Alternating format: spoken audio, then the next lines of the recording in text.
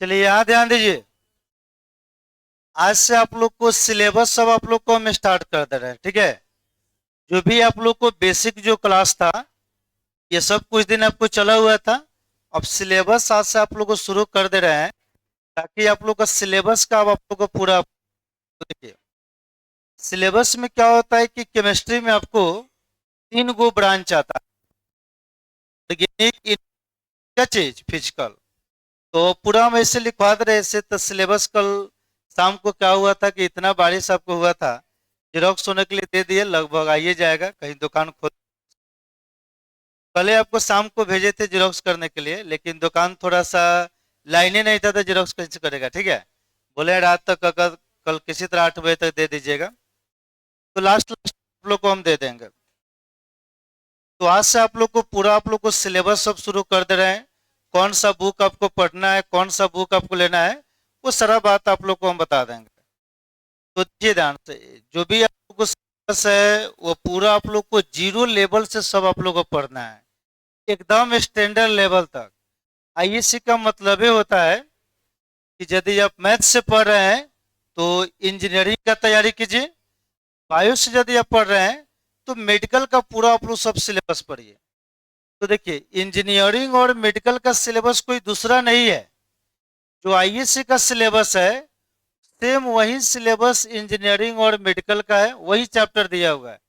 बस थोड़ा सा इसको स्टैंडर्ड का पढ़ाया जाता है, थोड़ा सा हाई लेवल का पढ़ा दीजिएगा तो वही मेडिकल और इंजीनियरिंग का सिलेबस आपको बन जाएगा। तो पूरा आप लोग को जीरो लेवल से सब पढ़ाया जाएगा। उसी के लिए कुछ सेट असाइनमेंट हम जेरोक्स के लिए दिए हैं, लास्ट लास्ट तक आप लोग को मिल जाए। तो चलिए तब तक यहाँ से हम पहला चैप्टर आप लोग को शुरू कर रहे हैं। सब समझिएगा आप लोग ध्यान से, तो सब पूरा क्वेश्चन सब बनना शुरू हो जाएगा। तो पहले आप लोग देखिए, केमिस्ट्री में कौ गो पार्ट आता है, समझिए ध्यान से। जैसे देखिए,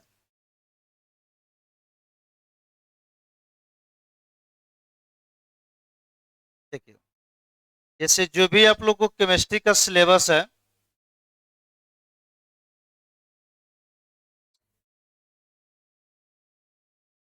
देखिए केमिस्ट्री,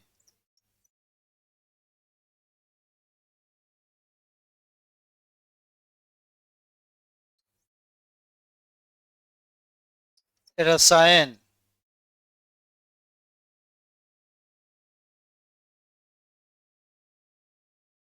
पहले आप लोग देखिए केमिस्ट्री का टोटल कितना पार्ट होता है। तो देखिए टोटल इसको 3 पार्टों में आपको डिवाइड किया गया है। एक हो गया फिजिकल केमिस्ट्री, एक हो गया ऑर्गेनिक, और एक हो गया इनऑर्गेनिक। तो केमिस्ट्री में सबसे लंबा चौड़ा सिलेबस इसी का होता है। बायोलॉजी भी आप पढ़िएगा तो उसमें 2 गो ब्रांच है, बोटनी और जूलॉजी। लेकिन केमिस्ट्री में आपको 3 गो ब्रांच मिलेगा, जिसमें आपको आ गया, देखिए ध्यान से। पहला आपको होता है, सबसे पहला आपको मिलेगा physical chemistry. Physical, physical chemistry.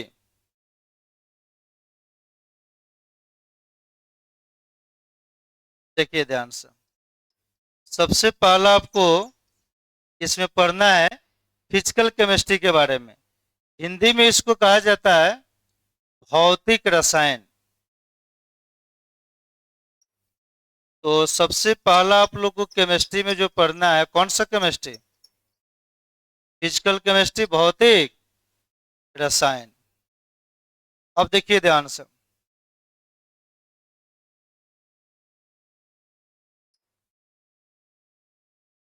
पहला तो फिजिकल केमिस्ट्री हो गया। दूसरा इसमें आएगा ऑर्गेनिक और इनऑर्गेनिक। क्या आएगा? तो 2 गो बुक आपको मिलेगा केमिस्ट्री का, जिसमें फिजिकल और इनऑर्गेनिक वो दोनों एक ही बुक में आपको मिलेगा। ऑर्गेनिक के लिए एक आपको पतला सा अलग बुक है। तो देखिए तो ध्यान से, यहाँ पर लिख रहे इनऑर्गेनिक, इनऑर्गेनिक। इनऑर्गेनिक केमिस्ट्री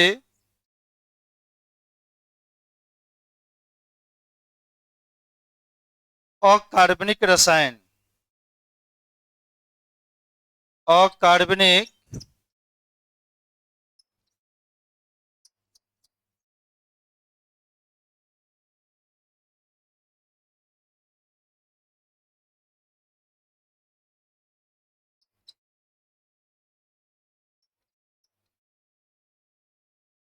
अकार्बनिक रसायन।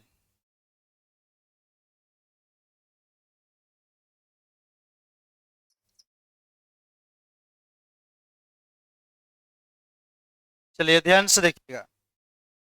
तो आप लोग जो बुक आप लोग खरीदिएगा, जो सिलेबस का आप लोग को बुक है, जो बिहार बोर्ड अपना सिलेबस जारी किया है, तो फिजिकल केमिस्ट्री और इनऑर्गेनिक केमिस्ट्री, ये दोनों आपको एक ही बुक के अंदर आपको मिलेगा। एक लास्ट में आ गया ऑर्गेनिक केमिस्ट्री, कौन सा?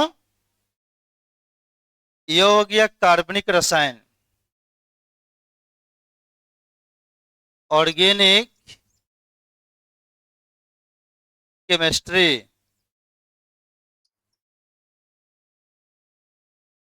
ये हो गया कार्बनिक रसायन।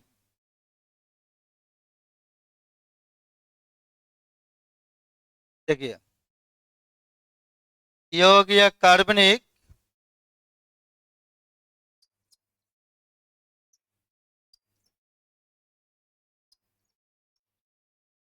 कार्बनिक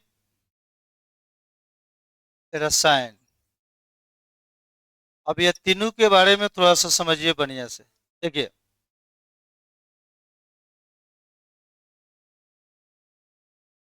इलेवेंथ में मार्केट में आप लोग जाइएगा तो दो गो बुक मिलेगा। तो एक में आपको दिया हुआ रहेगा ऑर्गेनिक, क्या दिया रहेगा? तो पतला सा आपको बुक है। एक ही बुक के अंदर फिजिकल केमिस्ट्री का भी सिलेबस होगा और रहेगा इनऑर्गेनिक केमिस्ट्री। आप प्रयास कीजिएगा पुराना वाला बुक लेने के लिए।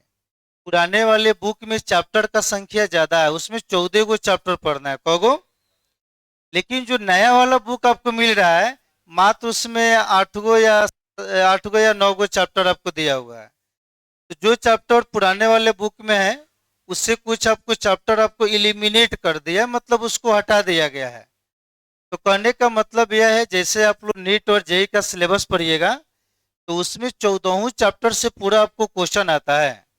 तो हम आपको 11th में जो 14 ठो जो चैप्टर है, कौन चैप्टर कितना नंबर का आएगा, थोड़ा देर में जेरोक्स करा रहा है, पूरा सिलेबस आपको मिल जाएगा। तब प्रयास कीजिएगा कि पुराने वाले बुक लेने के लिए। पुराने वाला नहीं मिलेगा तो नया वाला बुक ले सकते हैं। लेकिन कोई सीनियर विद्यार्थी होगा जो पढ़कर पास कर गया होगा, उसके पास पुराना वाला बुक होगा, यदि आप लीजिएगा तो उसमें 14 ठो चैप्टर मिलेगा। नया वाला बुक में आपको दिया हुआ है मात्र आपको 7-8 चैप्टर दिया हुआ है। तो ऐसे अब आपको हम 14 चैप्टर आपको पढ़ाएंगे। तो देखिए, केमिस्ट्री में 3 गो ब्रांच आता है, फिजिकल केमिस्ट्री, इनऑर्गेनिक और क्या चीज, ऑर्गेनिक। तो सबसे पहले आप लोग को हम स्टार्ट करेंगे फिजिकल केमिस्ट्री से। कहाँ से? तो फिजिकल केमिस्ट्री का जो फर्स्ट जो चैप्टर है, उसका नाम है, देखिए ध्यान से, पहला चैप्टर का नाम हो गया some basic, some basic, some basic concepts of, some basic concepts of chemistry. और यहां से क्लास आप लोग ऑब्सेंट नहीं कीजिएगा, नहीं तो अब सिलेबस का सब छूटेगा। बेसिक क्या पढ़े क्या नहीं पढ़े उससे मतलब ना है, जो बेसिक आएगा तो यहाँ पर हम करिए देंगे। Some basic concepts of chemistry, ये आपको 11th का फर्स्ट चैप्टर आपको मिलेगा। चलिए ध्यान से देखिएगा। रसायन के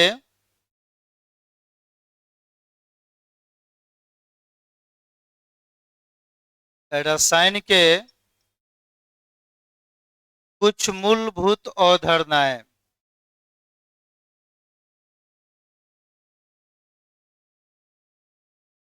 कुछ मूलभूत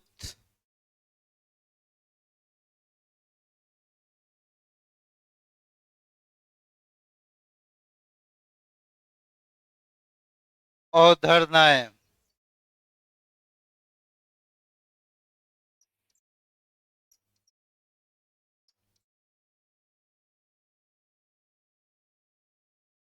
चलिए ध्यान से देखिए तो ये आपको सिलेबस का फर्स्ट चैप्टर आपको हो गया, रसायन के कुछ मूलभूत अवधारणाएं। अब कोई पूछेगा ये जो चैप्टर पढ़ रहे हैं 11th का पहला चैप्टर, ये केमिस्ट्री के किस फील्ड का है? तो ये केमिस्ट्री के आपको आएगा फिजिकल केमिस्ट्री। कौन सा केमिस्ट्री? तो यहाँ पर ये फर्स्ट चैप्टर आपको हो गया। मालूम भी होना चाहिए कौन सा चैप्टर आप लोग पढ़ रहे हैं। ये जो पहला चैप्टर है ये फिजिकल केमिस्ट्री का है। किसका है? Physical physical chemistry. एकदम जीरो लेवल से हाई लेवल तक पढ़ना है। पूरा सेट असाइनमेंट डीपीपी टेस्ट वगैरह सब यहाँ से अब शुरू आप लोगों को हो जाएगा। हर सप्ताह में किसी तरह आपको 5 को डीपीपी मिल जाएगा। अब डिपेंड आपके ऊपर करता है कि कितना क्वेश्चन आप बना सकते हैं।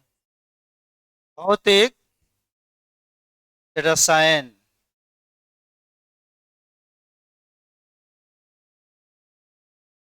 भौतिक रसायन, ये फर्स्ट बैच है, सबसे स्टैंडर्ड बैच आपको यही बनेगा। चलिए तो आप लोग पहले इस पर आप हेडिंग दीजिए, आप लाइन बाय लाइन पूरा आप लोग सब पढ़ा रहे, लिखिए तो ये।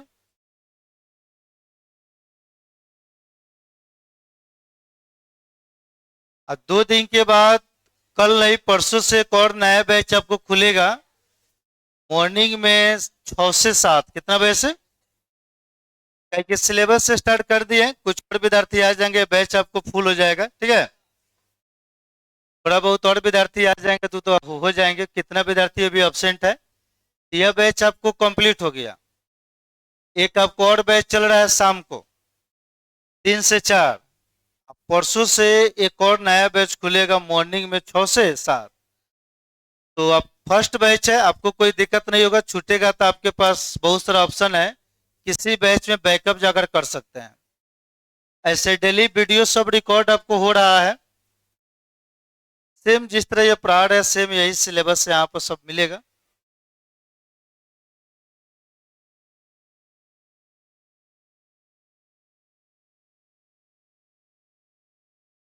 क्लास अब्सेंट वगैरह करना नहीं है। कल से सेट असाइनमेंट का क्वेश्चन सब बनना शुरू हो जाएगा। ये सब लिखिए तो पहला टॉपिक हम शुरू करने जा रहे हैं फर्स्ट चैप्टर का।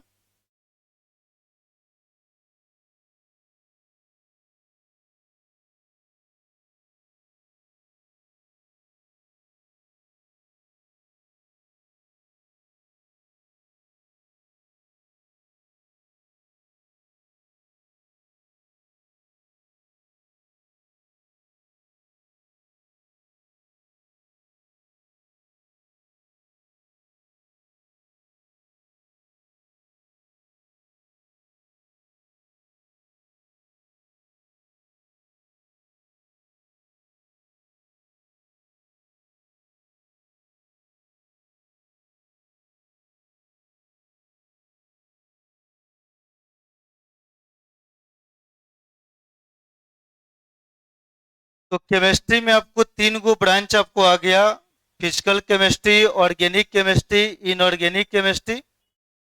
फिजिकल केमिस्ट्री आपको शुरू किया गया पहला chapter some basic concepts of chemistry, रसायन के कुछ मूलभूत अवधारणाएं। यह चैप्टर आपको पूरा न्यूमेरिकल बेस्ड है। मैक्सिमम इसमें खाली आपको न्यूमेरिकल सब मिलेगा, क्वेश्चन आपको मिलेगा। कैलकुलेशन थोड़ा सा स्टैंडर्ड इसमें होना चाहिए।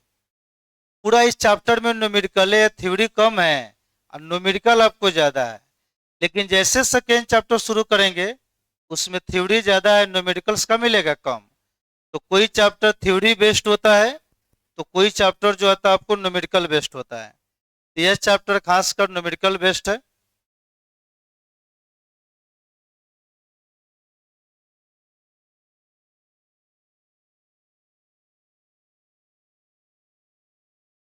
चलिए लिखिए,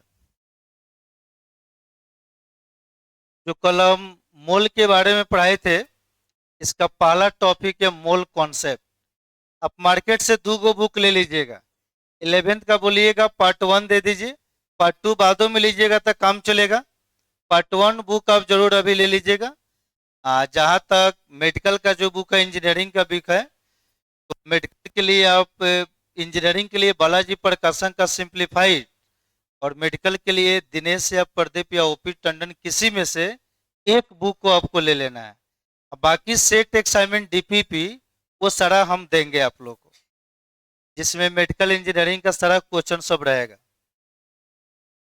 सिंपल बोर्ड का तैयारी मत कीजिए, एकदम आईआईटी और नीट के लेवल का सब पढ़ाई कीजिए। इस बार भी 16 को आप लोग को जेई मेंस में सब रिजल्ट एडवांस का तैयारी करा रहे हैं। मेडिकल में यह सब विद्यार्थी पिछले ईयर एग्जाम दिया था, क्वालिफाई का गाड़ी सब एमबीबीएस डॉक्टर बन गया। कल आप लोग को नीट का एग्जाम था, संडे ना था, संडे को नीट का एग्जाम था, उसमें भी लगभग 100 गो विद्यार्थी हमारा भाग लिया हुआ है। अब उसका रिजल्ट आएगा, बहुत अच्छा एग्जाम गया हुआ है। अब रिजल्ट आएगा तब ना मालूम चलेगा कितना क्वालिफाई किया। चलिए तो इसको लिख लिए, पहला चैप्टर हेडिंग दे दिए, पहला टॉपिक लिखिएगा मोल कॉन्सेप्ट।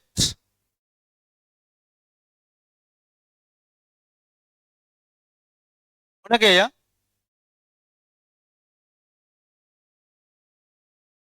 चलिए तो फर्स्ट टॉपिक आप लोग हेडिंग दीजिएगा मोल कॉन्सेप्ट। ऐसे बेसिक में तो कल मोल के बारे में कुछ बताए थे, अब हमको डिटेल्स में पढ़ना है। लगभग मोल कॉन्सेप्ट चलेगा, ये चैप्टर जो चलेगा 20 क्लास चलेगा, उसमें सारा क्वेश्चन वगैरह सब कुछ आ जाएगा।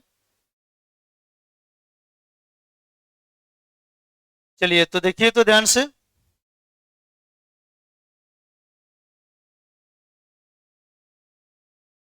चलिए तो पहला टॉपिक लिखिएगा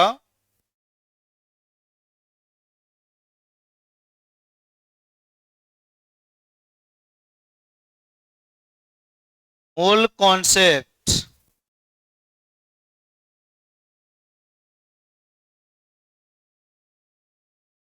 मोल कॉन्सेप्ट,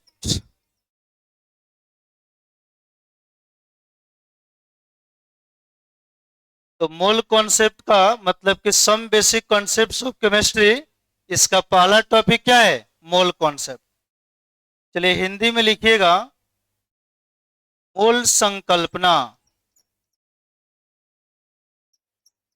मोल संकल्पना।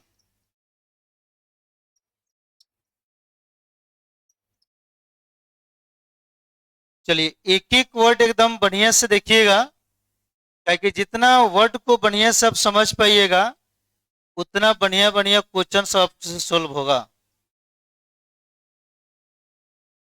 चलिए पहला टॉपिक हेडिंग दे दिए, अब इसको बढ़िया से आप समझिए। कल मोल के बारे में कुछ बेसिक बात भी आपको हम बताए ना थे। आज रियल में मोल क्या होता है पूरा डिटेल्स में समझिए। आज केवल हम यही जानेंगे कि मोल का डिफिनीशन आखिर होता क्या चीज है, मोल रियल में कहा किसे जाता है। तो देखिए मोल जो होता है यह नंबर रिप्रेजेंट करता है। किसको रिप्रेजेंट करता है? जैसे दर्जन का मतलब कितना होता है? 12। पाई का मतलब 22/7। तो उसी तरह मोल भी एगो नंबर है। जैसे किलो का मतलब होता है 1000। तो मोल जो नंबर जो होता है वह आपको बहुत एक बड़ा नंबर होता है। देखिए एक मोल जो होगा वो आप ही लोग बताइए कितने के बराबर होता है? एक मोल जो होता है अब याद कर लेना है, यह बराबर होता है 6.022 इंटू 10⁻23। इतना ही ना बताए थे? तो एक मोल बराबर होता है 6.022 इंटू 10⁻23। इसको यदि आप रियल में तोड़िएगा तो बताइए 6022 कौ जीरो आ जाएगा? 20 गो। 3 अंक के बाद दशमलव है तो 2, 2 4, 2 6, 2 8, 2 10। अब इसी को सेलेक्ट कर लीजिए और दुगुना कर दीजिए, कितना आ गया? अब ये 20 को 0 हो गया, गिनना नहीं है, ठीक है। तो इस संख्या के बारे में देखिए, एक मोल इतने के बराबर होता है 6.022 और 10 के पावर 23। अब ये रियल में क्या होता है समझिए, इकाइन, दहाइन, सैकड़ा, हजार, 10,000, लाख, 10 लाख, करोड़, 10 करोड़, अरब, 10 अरब, खरब, 10 खरब, नील, 10 नील, पद्म, 10 पद्म, शंख, 10 अंक, महाशंख। महाशंख के बाद ऐसे काउंटिंग का सिस्टम खत्म हो जाता है। फिर भी यहां तक तो महाशंख आ गया, फिर भी यह संख्या स्टार्ट है कि ना है। तो मूल जो होता है यह एक बहुत बड़ा आपको नंबर होता है, संख्या होता है। बहुत बड़ा संख्या होने के कारण यह मूल उसके लिए परिभाषित होता है जिसको हम काउंट नहीं कर सकते हैं। अब बताइए, इतना बड़ा संख्या में काउंट किया जा सकता है? इंडिया का जनसंख्या यहीं पर खत्म हो जाएगा। मुकेश अंबानी जो इस मतलब कि इंडिया का रिचेस्ट मैन आपको माना जाता है, वो आते आते कहीं इसी जगह पर खत्म ना हो जाएगा। ये महासंख ना हो गया जी। तो कहने का मतलब है मोल आपको बहुत बड़ा संख्या होता है, बहुत बड़ा संख्या होने के कारण ये उसके लिए परिभाषित होता है जिसको गिना नहीं जा सकता है। तो कोई पूछेगा किसके लिए, तो बोलिएगा अनकाउंटेबल नाउन। चलिए ध्यान से देखिएगा, मोल किसके लिए डिफाइंड होगा? अनकाउंटेबल नाउन, जिसको हम काउंट आपको नहीं कर सकते हैं। अब इसके अंतर्गत क्या आएगा, तो देखिए 9th-10th में से आप लोग पढ़िएगा कि परमाणु जो होता है उसके खुले आंखों से देखा नहीं जा सकता है। उसको देखने के लिए एक विशेष प्रकार की यंत्र आवश्यकता होती है जिसको माइक्रोस्कोप यानी सूक्ष्मदर्शी कहा जाता है। तो जिस चीज को आप देख नहीं सकते हैं उसको काउंट कर सकते हैं। तो केमिस्ट्री में मोल जनरली ऐसे बहुत सारा ऐसा चीज है जिसको आप काउंट नहीं कर सकते हैं, पेट्रोल हो गया, डीजल हो गया, पानी हो गया। लेकिन केमिस्ट्री हम पढ़ रहे, केमिस्ट्री में क्या आएगा, तो केमिस्ट्री के अंतर्गत 3 गो चीज आता है। पहला हो गया एटम, दूसरा हो गया मॉलिक्यूल, और तीसरा हमारा क्या हो गया, आयन। इसी को कहा जाता है परमाणु, अणु, और यह हमारा क्या हो जाएगा, आयन। चलिए केवल बढ़िया समझिए। अब देखिए ध्यान से, अब ये एक मोल जो होता है, थोड़ा ध्यान से समझिए आप लोग, गप कम के देखिए। एक मोल जो होता है ये एग्जैक्ट बराबर होता है 6.022 इंटू 10 के पावर 23 के। तो उससे यह संख्या ना घटता है नहीं आपको बढ़ता है। तो जो संख्या आपको फिक्स होता है उसी को कहा जाता है कांस्टेंट। क्या कहा जाता है? कांस्टेंट कहने का मतलब नियतांक। इसके बारे में कल हम नहीं बताए थे, आज आपको बता रहे हैं। इसको जो हम नियतांक आपको बोलेंगे, तो एक साइंटिस्ट था जिसका नाम था, पूरा नाम जानते हैं क्या था? पूरा नाम उसका एवोगाड्रो नहीं था, पूरा नाम उसका है एमिड्रो एवोगाड्रो। क्या नाम है? अब लोगों को एमिड्रो एवोगाड्रो कहने में दिक्कत होता है, इसीलिए सिंपल भाषा में उसको कहा जाता है एवोगाड्रो नंबर। कौन सा नंबर? लेकिन उसका पूरा जो नाम था वह था एमिड्रो एवोगाड्रो। क्या नाम था? तो यह संख्या फिक्स होने के कारण एक साइंटिस्ट अपना नाम रखा जिसे कहा जाता है एवोगाड्रोज नंबर। अच्छा है, एवोगाड्रो, एवोगाड्रोज कांस्टेंट क्या कहा जाता है। और इस संख्या को हम डिनोट करते हैं एन ए, नहीं तो एन नॉट के द्वारा। किसके द्वारा? देखिए, नंबर का पहला लेटर एन, एवोगाड्रो का पहला लेटर ए, इसको एन ए के द्वारा डिनोट कीजिए, अच्छा है एन नॉट। सबसे बेहतर जो इसमें कॉन्सेप्ट है, आखिर पीरियडिक टेबल में 118 गो एलिमेंट है। अब वो 118 गो एलिमेंट में आखिर मोल को रिलेट किया गया कार्बन के बड़े आइसोटोप से, किस आइसोटोप से? आखिर कार्बन बड़े आइसोटोप्स में ऐसा क्या बात है कि 118 को एलिमेंट को छोड़ दिया गया और कार्बन के बड़े आइसोटोप्स को लिया गया? तो उसी चीज को आप लोग को बढ़िया से समझना है। मोल को रिलेट किया गया कार्बन 12 आइसोटोप से। तो रियल में कार्बन 12 आइसोटोप्स क्या होता है, समझिए सब ध्यान से। तो देखिए कार्बन 12 आइसोटोप्स के बारे में हम बता रहे हैं, समझिए। तो चलिए सब आदमी बोर्ड पर ध्यान से देखिएगा। समस्थानिक के बारे में बेसिक में पढ़ाए न थे? कर रहा है क्या वहां पर? बोर्ड चल रहा है? चलिए देखिए कार्बन।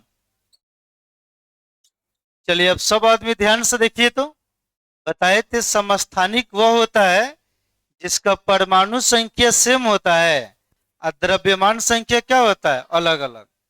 तो कार्बन का 3 गो समस्थानिक होता है, समझिए। कार्बन का कौ गो समस्थानिक होता है? 3 गो। अब देखिए एको आदमी एनसीईआरटी का बुक लेकर आए हैं? हाँ तो थोड़ा दीजिए, आप तो हमको बता दे रहे आपको। देखिए दीजिए देखिए। चलिए अब ध्यान से देखिए, उसका ही जाएगा तो हम बताएंगे। देखिए कार्बन का 3 गो समस्थानिक, ये भी कार्बन, यहां पर भी कार्बन और यहां पर भी क्या हो गया, कार्बन। समझिएगा ध्यान से, लिखवाने में 2 मिनट टाइम लगेगा। साइंस में बेहतर तरीका समझिए। यही मेन कॉन्सेप्ट है मोल कॉन्सेप्ट का, जो सबको समझ में नहीं आता है। देखिए तो समस्थानिक वह होता है जिसका परमाणु संख्या सबका क्या हो, सेम हो। तो कार्बन है तो कार्बन का परमाणु संख्या 6 ही ना होता है। लेकिन द्रव्यमान जो होता है, मास जो होता उसका होता है, वह आपको अलग अलग। तो कार्बन का 3 गो में होता है 12, 13 और ये हो गया कार्बन कितना, 14। अब चलिए आपको जो हम पूछ रहे बताइए, आखिर कार्बन का 3 गो समस्थानिक है। अब ये तीनों में हम जो मास जो लेते हैं वो कार्बन का मास कितना यूज करते हैं, 12। तो हमको देखना पड़ेगा कार्बन के 3 समस्थानिक में आखिर हम कार्बन का 12 मास ही का यूज करते हैं।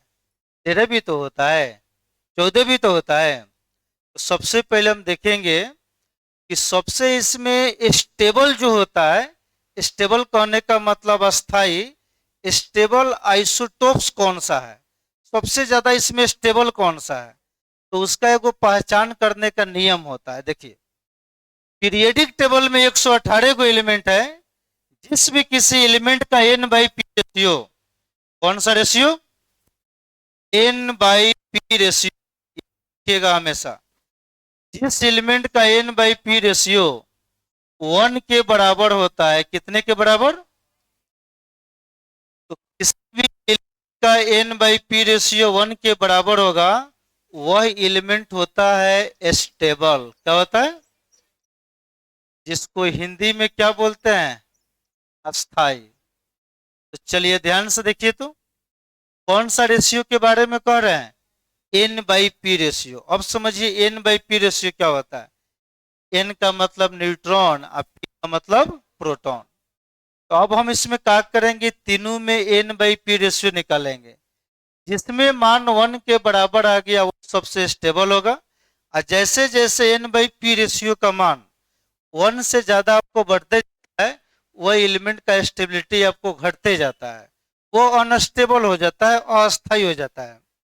तो एक आप लोग फॉर्मूला पढ़े होइएगा 9th-10th में, देखिए तो Z is equal to E is equal to P, और न्यूट्रॉन निकालने के लिए ए माइनस पी। ऐसे कुछ हम बेसिक में हम भी बताए थे, ठीक है।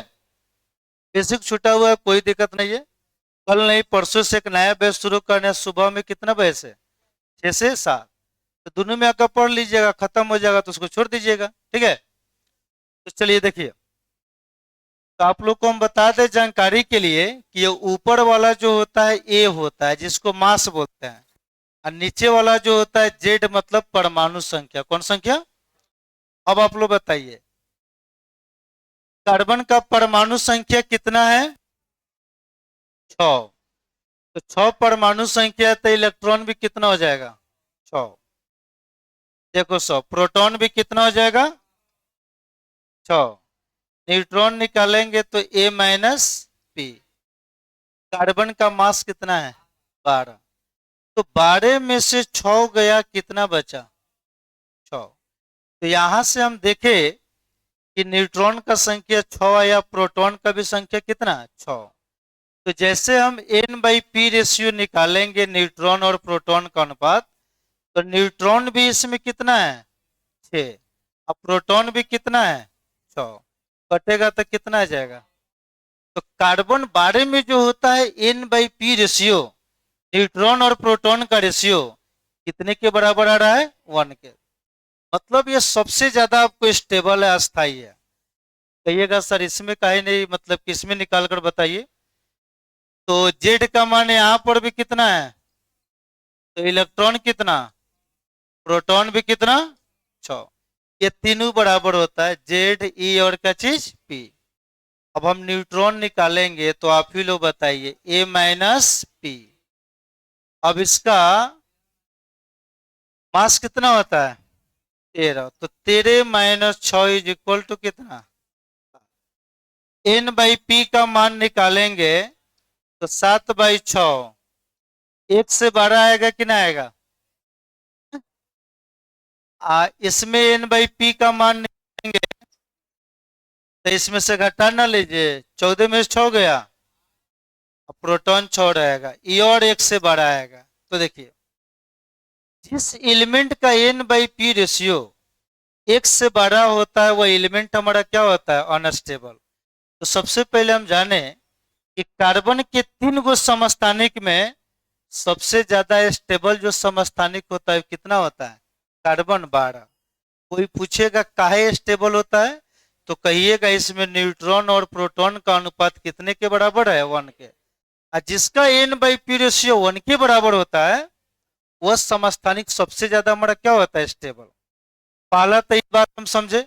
अब देखिए ध्यान से, कार्बन के पास क्या होता है एक कैटेनेशन प्रॉपर्टीज होता है। क्या होता है, जिसको आप लोग 9th 10th में पढ़ेगा सौबंधन गुण के नाम से। किस गुण के नाम से, सौबंधन गुण। तो यह कैटेनेशन प्रॉपर्टी क्या होता है देखिए ध्यान से। यहां से हर साल क्वेश्चन आते रहता है बोर्ड एग्जाम में, कुछ आप लोग को भी मालूम होगा। यहाँ पर लिख रहा है कैटेनेशन, समझिए 2 मिनट में पूरा हम लिखवा देंगे, केवल आप लोग को समझना है। कैटेनेशन प्रॉपर्टीज हिंदी होता है सौबंधन गुण। कौन सा गुण, सौबंधन। अब देखिए सौबंधन गुण क्या होता है समझिए। कार्बन को स्वयं किसी दूसरे कार्बन के साथ जुड़ने के गुण को कहा जाता है सौबंधन गुण। यानी कार्बन खुद किसी दूसरे कार्बन एटम के साथ डायरेक्ट जाकर जुड़ेगा, उसी को कहा जाता है सौबंधन गुण। जैसे आप लोग ऑर्गेनिक में आप लोग कार्बन इट्स कंपाउंड पढ़े होगा 10th में, तो सर लोग इस तरह कार्बन कार्बन को एक दूसरे से जुड़ता होगा, जुड़ता ना है लोग। तो आप वहां पर क्वेश्चन पूछ सकते थे कि सर ऐसा काम कार्बन के साथ काहे होता है। ऐसा लोग जोड़ देता है, बोलता है कि इस ऑर्गेनिक कंपाउंड का सबका अपना नाम है। तो कार्बन जो होता है एक दूसरे के साथ आपस में क्या होता है जुड़ा हुआ रहता है। लेकिन ये काम तो सोडियम में नहीं होता है, कभी देखा इस तरह सोडियम, ये काम किस में होता है कार्बन में। आखिर कार्बन में ऐसा क्या खास बात है कि कार्बन एक दूसरे कार्बन एटम के साथ जुड़ सकता है। तो देखिए ध्यान से, ये दो गो जो कार्बन एटम आपस में जुड़ रहा है, याद रखिएगा कितना बार पूछा जा चुका है, इसका बीच का जो मजबूती जो होता है, बॉन्ड एनर्जी जो होता है, बंधन ऊर्जा जो होता है, वो होता है 83 किलो कैलोरी पर मोल इनवर्स। ध्यान से समझिए, सारा खेल इसी का है। दो गो कार्बन एटम कहीं पर भी आपस में जुड़ा हुआ रहेगा तो उसके बीच का जो बॉन्ड एनर्जी है उसका मजबूती कितना होता है 83 किलो कैलोरी पर मोल इनवर्स। 83 किलो का मतलब समझ रहे हैं क्या होता है? किलो का मतलब होता है 1000। कितना हजार? तो इसको आप रियल में तोड़िए 83 किलो को, तो 83 हो गया इंटू कितना?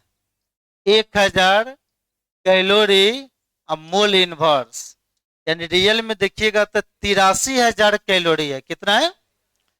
दो को कार्बन जो आपस में जुड़ रहा है उसका बीच का जो मजबूती जो होता है वो 83,000 कैलोरी मोल इनवर्स होता है। थोड़ा सा आप सोच कर देखिए, मार्केट से कोई विटामिन का टैबलेट लेते हैं चाहे टॉनिक लेते हैं तो उस पर एनर्जी लिखा रहता है कैलोरी में। कितना लिखा रहता है? 200, 300, 400 ही ना लिखा रहेगा कि 83,000 लिख देता है। हम लोग जैसे ह्यूमन बॉडी में 2 किलो कैलोरी भी आ गया, 2 किलो का मतलब होता है 2000 कैलोरी। कितना? तो 2000 कैलोरी यदि हम लोग के बॉडी में एनर्जी आ जाएगा तो हम अपने आप को समझेंगे कि इस अंडरवर्ल्ड का सबसे स्ट्रांग आदमी हम ही है, हमसे ज्यादा कोई मजबूत आदमी है नहीं। और ये कार्बन कार्बन के बीच कितना काम कर रहा है? 83,000 कैलोरी मोल इनवर्स, चाहे बोल सकते हैं 83 किलो कैलोरी मोल इनवर्स। तो कहने का मतलब है ये दो गो कार्बन एटम इतना मजबूती के साथ बंधा हुआ रहता है कि कार्बन को यहां से लेकर और दिल्ली तक भी लाइन लगा दीजिएगा ना, फिर भी इसके स्ट्रक्चर पर कोई फर्क नहीं पड़ेगा। एक सिंपल सा एग्जांपल समझिए, एगो छड़ का टुकड़ा है यहां से लेकर यहां तक, एक आदमी वहां पर पकड़ लेगा एक आदमी यहां पर, तो टूटेगा नहीं। घुमा सकता है कि ना घुमा सकता है? मूव कर ना देगा। उसी छड़ के टुकड़ा में से इतना सा काट लीजिए, इतना छोटा सा, और 10 आदमी इधर से 10 आदमी इधर से, तो मूव करेगा? टुटबाऊ करेगा या? तो कहने का मतलब होता है, समझिए ध्यान से, लेंथ जितना छोटा होता है, जैसे दो कार्बन है तो इसके बीच का लेंथ है ना है, तो बॉन्ड लेंथ जितना छोटा होता है उसका मजबूती उतना ही हमारा क्या होता है? ज्यादा होता है। बड़ा था तो आराम से 2 आदमी मूव कर दिया था, उसी में से छोटा सा काट लीजिएगा तो मूव होगा टूटेगा? ये तो कलम है पहले, ये तो टूट जाएगा, ठीक है। उछड़ का टुकड़ा टूटेगा? नहीं टूटेगा। तो कहने का मतलब है, ध्यान समझिएगा, लेंथ जितना छोटा होगा उसका मजबूती उतना ही क्या होगा? ज्यादा होगा। अब आप इमेजिनेशन कीजिए, परमाणु दिखाई देता है? परमाणु तो दिखाई नहीं देता है, उसको हम देखते हैं सूक्ष्मदर्शी के माध्यम से। कार्बन भी एक परमाणु है, यह भी कार्बन आपको परमाणु है। जिस परमाणु को हम देख नहीं सकते हैं उसके बीच में बॉन्ड एनर्जी कितना काम कर रहा है? 83,000 कैलोरी मोल इनवर्स। तो ये इतना मजबूती के साथ जकड़ कर रखता है कि कार्बन को यहां से लेकर दिल्ली तक भी लाइन लगा दीजिएगा फिर भी उसके स्ट्रक्चर पर कोई फर्क नहीं पड़ेगा। इसी प्रॉपर्टीज के कारण अभी तक ऑर्गेनिक कंपाउंड का संख्या 40 मिलियन से भी आपको ज्यादा है। कितना ज्यादा है? केवल ऑर्गेनिक कंपाउंड का संख्या जो सिर्फ आपको कार्बन बनाता है उसका संख्या 40 मिलियन से भी क्या है? ज्यादा है। 1 मिलियन में होता है 10 लाख। कितना लाख होता है? अब बताइए 40 मिलियन से भी ज्यादा ऑर्गेनिक कंपाउंड आपको नेचर में पाया जाता है। वो किसके कारण? तेजी काइटेनेशन प्रॉपर्टीज के कारण। इसीलिए सिर्फ कार्बन से एक नया केमिस्ट्री बनकर तैयार हो गया जिसको हम बोलते हैं ऑर्गेनिक केमिस्ट्री। कौन सा केमिस्ट्री? ऑर्गेनिक में सिर्फ और सिर्फ कार्बन के बारे में पढ़ा जाता है, क्योंकि वह कार्बन का जो कंपाउंड जो होता है वो 40 मिलियन से भी क्या होता है? ज्यादा होता है। तो कोई पूछेगा मोल को कार्बन 12 से काहे रिलेट किया गया? इसमें आपको हम बता दे रहे हैं, कार्बन का जो 3 गो समस्थानिक है 12, 13 और क्या है? 14 है। इसमें एक्सपेरिमेंटल डाटा दिया हुआ है कि कार्बन 12 जो होता है वो नेचर में सबसे ज्यादा मात्रा में पाया जाता है। आपको यहाँ पर हम बता रहे हैं, देखिए ध्यान से। चलिए यहाँ देखिए, सब आदमी ध्यान दीजिए। तो अब वहां तक नहीं दिखाई देगा, देखिए क्या है? 14। परसेंटेज तो 100 का होता है, कितना का होता है? 100% में खाली कार्बन 12 जो है 98.89। कितना है? अब थोड़ा सा सोचिए, परसेंटेज 100 का होता है, उस 100 में कार्बन 12 जो होता है वो नेचर में पाया जाता है 98.89, यानी लगभग लगभग कितना परसेंट, 99%। अब बताइए, कार्बन के पास 3 गो समस्थानिक है, लेकिन 12 कितना पाया जा रहा है, लगभग लगभग 99% नेचर में। 1% में कौन है, 13 और 14। इसीलिए मूल को रिलेट किया गया कार्बन 12 आइसोटॉप से। इसका फाइनल सब पॉइंट समझिए। कोई पूछेगा मूल को कार्बन 12 से काहे रिलेट किया गया, तो बताइएगा कि कार्बन का जो 3 गो समस्थानिक होता है उस बारे में क्या होता है कि N/P रेशियो कितने के बराबर आता है, 1 के, जिसके कारण ये काफी ज्यादा स्टेबल हो जाता है, अस्थायी हो जाता है। कार्बन 12 जो होता है प्राकृतिक में लगभग लगभग कितना परसेंट पाया जाता है, 99%। कार्बन 12 के पास क्या होता है, एक सौबंधन गुण होता है। कौन सा गुण होता है, जिसमें कार्बन खुद किसी दूसरे कार्बन के साथ जुड़ता है। इस गुण में क्या होता है, कार्बन कार्बन के बीच का बंधन ऊर्जा जो होता है वो कितने के बराबर होता है, 83 kilo calorie, 83,000 calorie mole inverse, जिसके कारण ये इतना मजबूती से बंधा हुआ रहता है कि कार्बन को यहां से लेकर दिल्ली तक, कन्याकुमारी तक लाइन लगा दीजिएगा, फिर भी ये स्ट्रक्चर पर कोई फर्क नहीं पड़ेगा, क्योंकि सब जगह कितना एनर्जी काम करेगा, 83,000 किलो कैलोरी पर मोल इनवर्स। इसीलिए मूल को रिलेट किया कार्बन 12 आइसोटॉप से। अब फाइनल इसका डेफिनेशन समझिए, याद नहीं करना है। कोई पूछेगा मूल क्या है तो आपको ऐसे ही जबान पर सब याद होना चाहिए, सिंपल भाषा में। तो चलिए, कल एक वर्ड बताए थे, मूल को किसके द्वारा इंडिकेट किया जाता है, MOL। अब एक बार फाइनल हम बता दे रहे हैं और तब पूरा पॉइंट आपको लिखवा रहे हैं, समझिए। चैप्टर स्टार्ट है तो उसके बारे में जानना बहुत जरूरी। बोलिएगा, कोई पूछेगा व्हाट इज मोल, मोल क्या है, तो सिंपल भाषा में बताइएगा, मोल को MOL के द्वारा सूचित किया जाता है। मोल कुछ नहीं, मोल एक संख्या होता है, वह संख्या 6.022 इंटू 10 के पावर 23 के बराबर होता है। यह संख्या बहुत बड़ा होने के कारण उसके लिए परिभाषित होता है जिसको गिना नहीं जा सके। जैसे में हो गया परमाणु, अणु और क्या चीज, आयन। और यह संख्या फिक्स होता है, इसी संख्या के नाम पर एक साइंटिस्ट अपना नाम रखा, जिसे हम बोलते हैं एवोगाड्रो नंबर, और नहीं तो एवोगाड्रो कांस्टेंट, इस जिसको डिनोट करते Na नहीं था N0 के द्वारा। मूल को कार्बन 12 आइसोटोप से इसलिए रिलेट किया गया कई कार्बन 12 जो होता है सबसे ज्यादा स्टेबल होता है, प्राकृतिक में सबसे अधिक मात्रा में पाया जाता है 99%, उसका संबंधन गुण सबसे ज्यादा होता है। ऑर्गेनिक कंपाउंड में केवल कार्बन 40 मिलियन से भी ज्यादा ऑर्गेनिक कंपाउंड का निर्माण करता है, इसीलिए मूल को रिलेट किया गया कार्बन 12 आइसोटोप से। तो पूरा पॉइंट हम एक ही डिफिनेशन में सब लिख दे रहे हैं। चलिए, तो बात समझ में है ना। मूल कोई पूछेगा तो याद नहीं करना है, अपने भाषा में बता देना है कि मूल का काम क्या होता है। अब दर्जन का काम क्या होता है, 12 होता है। दर्जन किसके लिए डिफाइंड होगा, अनकाउंटेबल अमाउंट के लिए। हम बोलेंगे 1 दर्जन पानी लाइए, तो ला दीजिएगा, 12 को बोतल लाइएगा। हाँ, पानी जो होता है, दर्जन जो होता है, उसके लिए परिभाषित होता है जिसको आसानी से काउंट कर सकते हैं। तो दर्जन काउंटेबल ना होना, मूल किसके लिए, अनकाउंटेबल ना। तो चलिए, हेडिंग तो आप लोग दे दिए चैप्टर। अब ये मूल कॉन्सेप्ट का आप लोग डेफिनेशन लिखिए। बोले टाइम अभी होगा, ठीक है, कितना बज रहा है, तो कम से कम मूल का डेफिनेशन लिख लीजिए, ठीक है। चलिए, बोले मूल का डेफिनेशन लिख लीजिए हिंदी इंग्लिश में। चल लिखिए,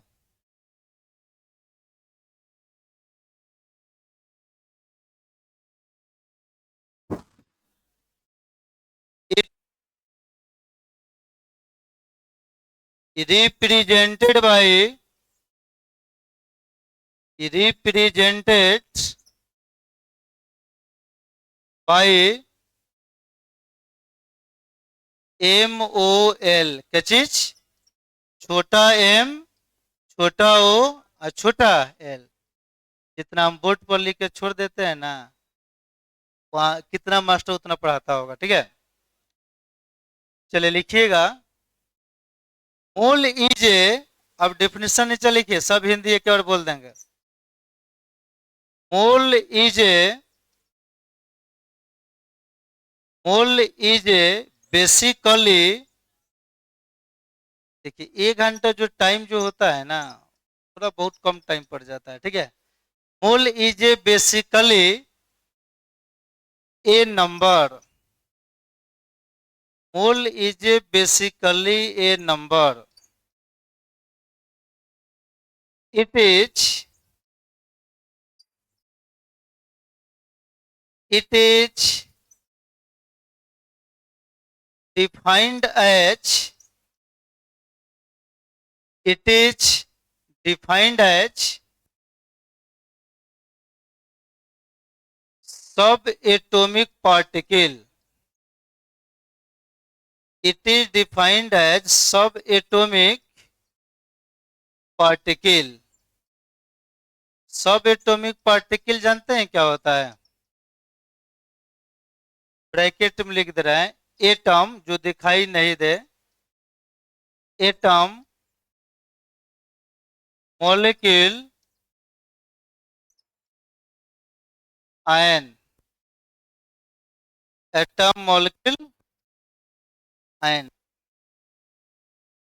which is equal to, which is,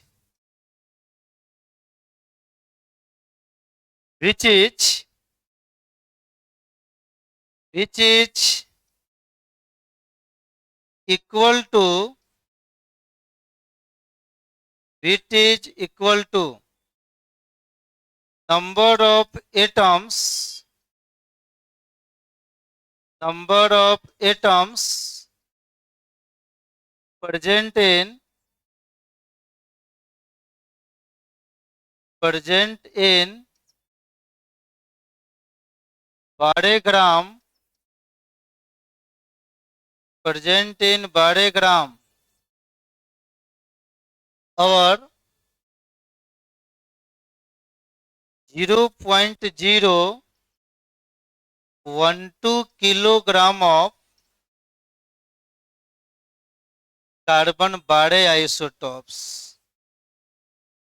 carbon 12 isotopes, isotopes. चलिए, तो चैप्टर समझाने में ज़्यादा टाइम लग गया था। पहला सिलेबस अब शुरू हो गया, कल से क्वेश्चन सब बनेगा। इसका हिंदी हम बोल दे रहे हैं।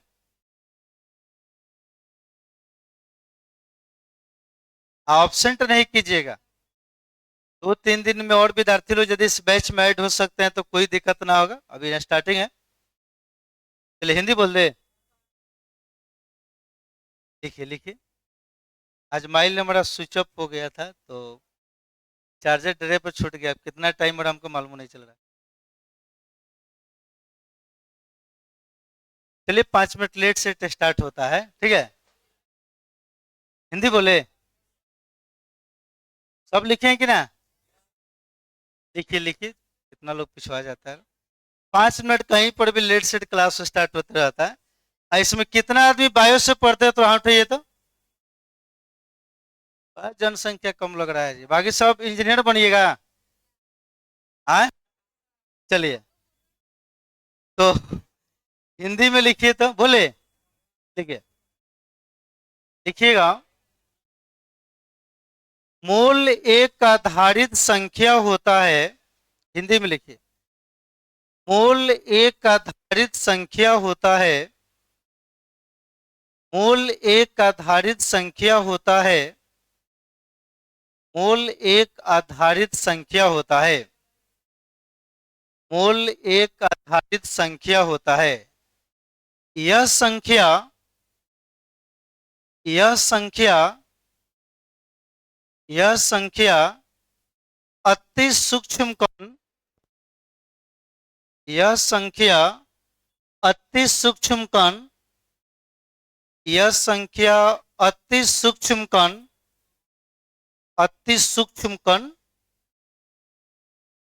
इस तरह कण, यह संख्या अति सूक्ष्म कण, ब्रैकेट में लिखिएगा, यह संख्या अति सूक्ष्म कण, ब्रैकेट में लिखिएगा, परमाणु अणु आयन के लिए परिभाषित होता है। परमाणु अणु आयन ब्रैकेट बंद, परमाणु अणु आयन ब्रैकेट बंद के लिए परिभाषित होता है, के लिए परिभाषित होता है, के लिए परिभाषित होता है, के लिए परिभाषित होता है। जो जो जो इस तरह लिखिएगा, कार्बन 12, जो कार्बन 12 समस्थानिक के, इस तरह जो कार्बन 12 समस्थानिक के, जो कार्बन 12 समस्थानिक के 12 ग्राम में उपस्थित, जो कार्बन 12 समस्थानिक के 12 ग्राम में उपस्थित, जो कार्बन 12 समस्थानिक के 12 ग्राम में उपस्थित परमाणु के संख्या के बराबर होता है। जो कार्बन 12 समस्थानिक के 12 ग्राम में उपस्थित परमाणु के संख्या के बराबर होता है, परमाणु के संख्या के बराबर होता है, परमाणु के संख्या के बराबर होता है।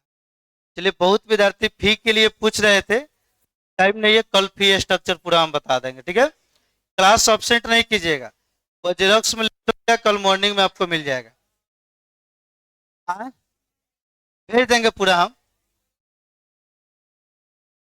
रेगुलर क्लास कीजिएगा, थोड़ा और विद्यार्थी सबको लाइए, सिलेबस सब शुरू हो गया, ठीक है।